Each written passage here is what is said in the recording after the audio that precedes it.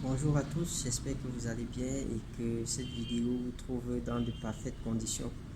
C'est toujours un plaisir pour moi de vous retrouver à chaque fois pour partager avec vous quelques éléments assez importants en ce qui concerne la gestion des entreprises, en ce qui concerne l'image de votre entreprise et aussi comment faire pour permettre à ce que votre entreprise soit complètement visible et reste dans l'esprit d'un plus grand nombre du public. Donc, une fois de plus, merci. Et n'oubliez pas de partager, de commenter et de liker. Ceci pour nous encourager davantage à produire des contenus assez intéressants. La fois dernière, nous avons abordé une thématique tout aussi importante et nous allons continuer une fois de plus pour la suite. Et nous avons parlé pardon, dernièrement de la communication corporate. Et nous avons vu quels sont les avantages de la communication corporate. Aujourd'hui, nous aborderons un autre aspect qui n'est autre que les outils de la communication corporate. Notons ici que la communication corporate, comme nous l'avons dit, c'est un ensemble de messages, adressés à un public interne ou externe. Donc, que ce soit les employés, que ce soit les salariés de cette entreprise, que ce soit les partenaires et même les actionnaires. La communication corporate vise ces personnes. Lorsque vous voulez placer la barre très haut en ce qui concerne l'image de votre entreprise et lorsque vous procédez par la communication corporate, sachez que vous avez des investissements à faire. Quand quelqu'un me dit je n'ai pas besoin d'investir assez d'argent dans ma communication parce que la communication ne sert à rien, c'est un peu assez compliqué. Je dirais que la personne ne sait pas ce qu'elle fait. La communication est une partie intégrante de votre entreprise et comme tout autre secteur, comme tout autre domaine, vous devez investir dans votre communication pour avoir les résultats escomptés. Si vous voulez atteindre un certain niveau de notoriété, il y a des sacrifices à faire. Et pour cela, en ce qui concerne la communication corporate et les outils que celle-ci utilise pour promouvoir l'image d'une entreprise, nous parlerons premièrement d'un site web. Une entreprise qui veut atteindre un certain niveau de notoriété doit avoir un site web. Ce site permet de mettre en avant les avantages, les produits, les services que vous offrez en tant qu'entreprise. Et lorsque quelqu'un vient sur votre site web, il s'attend à revoir ou à recevoir toutes les informations qui lui permettront peut-être d'avoir un produit, qui lui permettront d'acheter un produit.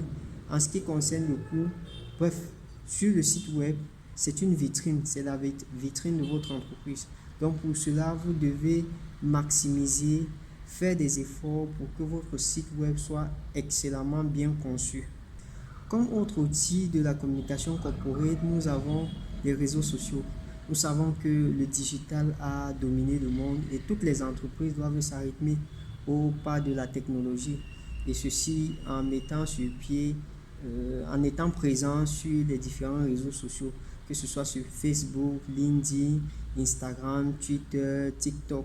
Ce sont des réseaux sociaux qui permettent, en fonction de la cible, de diffuser, de communiquer sur un ensemble de produits ou services de votre entreprise.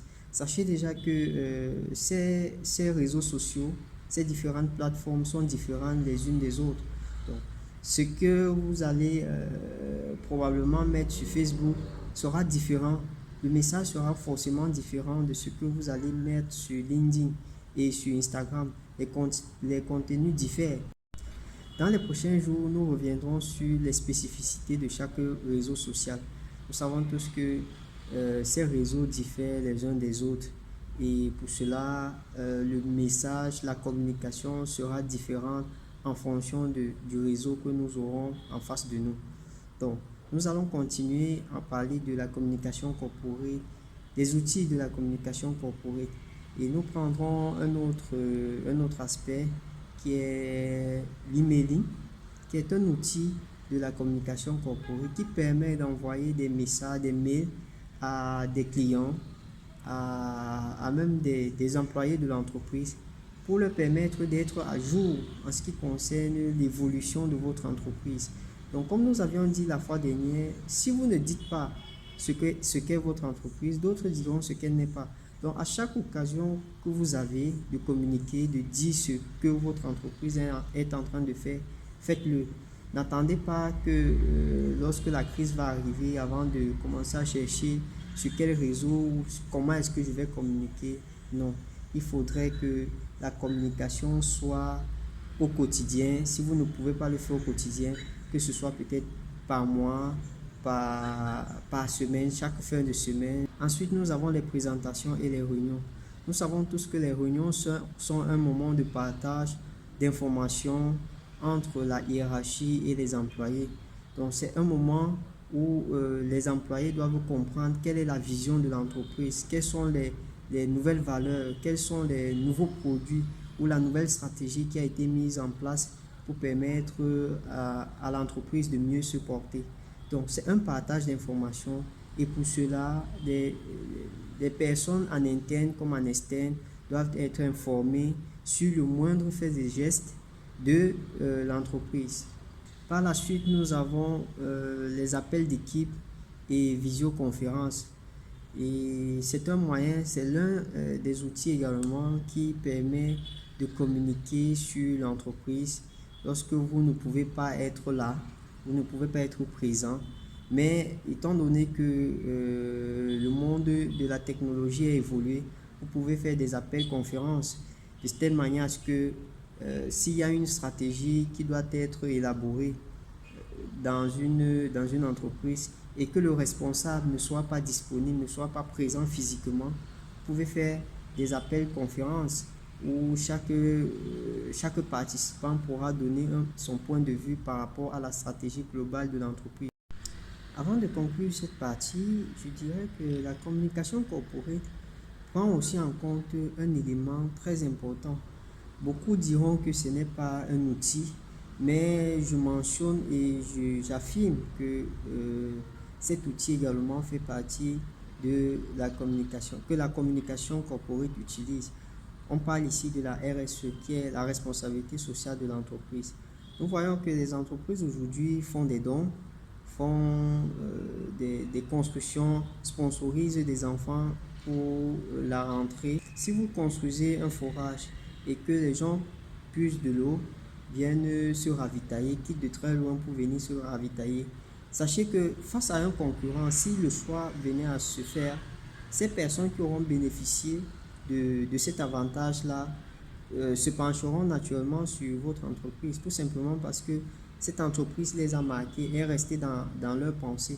Donc, la RSE également est considérée comme un outil de la communication corporate et toute entreprise qui n'a pas encore compris que la RSE est l'un des piliers de la communication corporate devrait déjà se mettre au travail et essayer d'accentuer sa communication sur cet aspect-là. Donc, nous espérons que cet échange vous a été bénéfique et notre souhait, c'est de nous encourager en likant, en partageant. Et n'oubliez pas de partager avec vos proches et surtout nous contacter si vous avez besoin d'un accompagnement en ce qui concerne la communication. Mon contact est là, vous pouvez me faire signe et je répondrai présent. Même si ce n'est pas totalement en présentiel, je pourrai vous apporter des conseils en ligne qui pourront vous aider probablement dans la communication de votre structure, dans la communication de votre projet. Nous espérons que vous serez des nôtres d'ici peu. Merci et on se dit à très bientôt.